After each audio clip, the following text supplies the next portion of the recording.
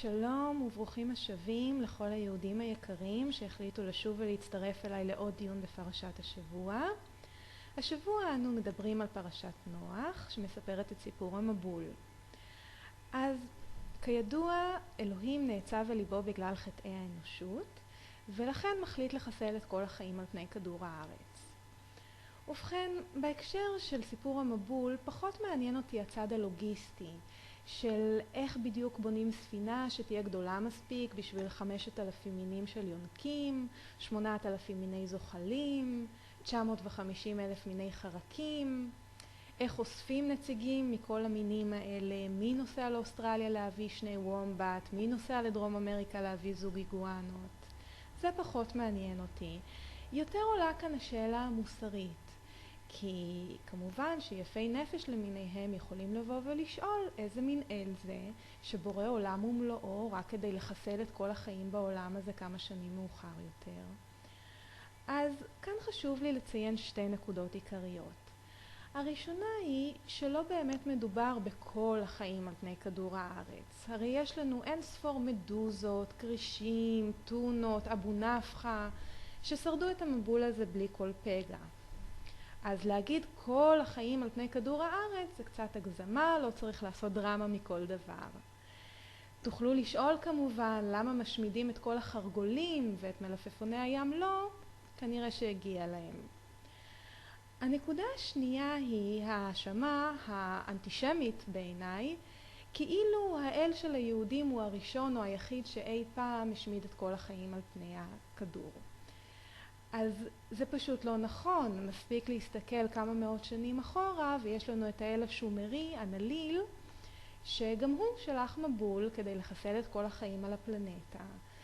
ובדיוק כמו עם נוח אצלם היה אותנפישתים שבנה ספינה ואסף נציגים מכל כמעט 1,000,000 המינים החיים על פני הכדור והציל אותם. אז כמו שאמרתי, לא רק האל שלנו. עכשיו הייתי רוצה לדבר על מה שקורה אחרי המבול, אחרי שאלוהים מתרצה, סולח וכורת ברית מחודשת עם בני האדם, משפחתו של נוח במקרה הזה. אז נוח כידוע שהיה לא רק צדיק גדול אלא גם איש משפחה למופת, הוא מתגולל שיכור באוהלו ורצה מקרה והבן שלו חם נכנס לאוהל בזמן שנוח שיכור ורואה לאבא שלו את הפרו ורבו. אז זה כמובן חטא איום ונורא, ושלא במפתיע נוח כשהוא מתעורר משכרונו מטיל כללה לא על הבן שלו חם אלא דווקא על הבן של חם כנען. ושוב כאן יקפצו יפי הנפש וישאלו איזה מין סבא זה שמקלל את הנכד שלו. וחוץ מזה, מה זה בכלל אשמתו של כנען שאבא שלו ראה לסבא שלו את הסיסו ושמחו? אז אני מזמינה אתכם להסתכל על חצי הכוס המלאה כאן, שהרי האל שלנו פוקד עוון אבות על בנים. וכמה מאות שנים מאוחר יותר יגיעו בני ישראל ממצרים כדי לכבוש את ארץ הקודש מידי 7 עממי כנען שיושבים שם, שהם בדיוק צאצאיו של אותו כנען מקולל.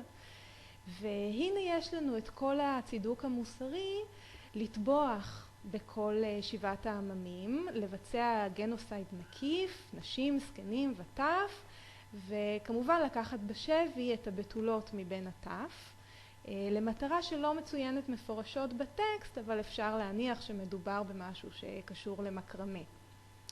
אז כמו שאתם רואים, גם כשיש בטקסט התורני משהו שיכול להתפרש כמרושע, לא הוגן, בסופו של דבר הכל יוצא לטובה, או לכל הפחות לטובתנו. וכן, מי שהיה רוצה להרחיב את ידיעותיו בנושא הלכות הריגת גוי, דרך אגב, מוזמן לעיין בספרו של הרב יצחק שפירא, תורת המלך, שעוסק בדיוק בנושא הזה. אז זהו. כאן הגענו לסיומה של פרשת השבוע, ואנא הצטרפו אליי שוב בשבוע הבא לדון בפרשת לך לך, ששם נדבר על אברהם אבינו שמסרסר באשתו שרה, כמעט רוצח את בנו יצחק, וכמובן על לוט שמציע את 2 בנותיו לאנסים כדי להציל גברים מאונס, לא עלינו, ובסופו של דבר שוכב איתן בעצמו. להתראות.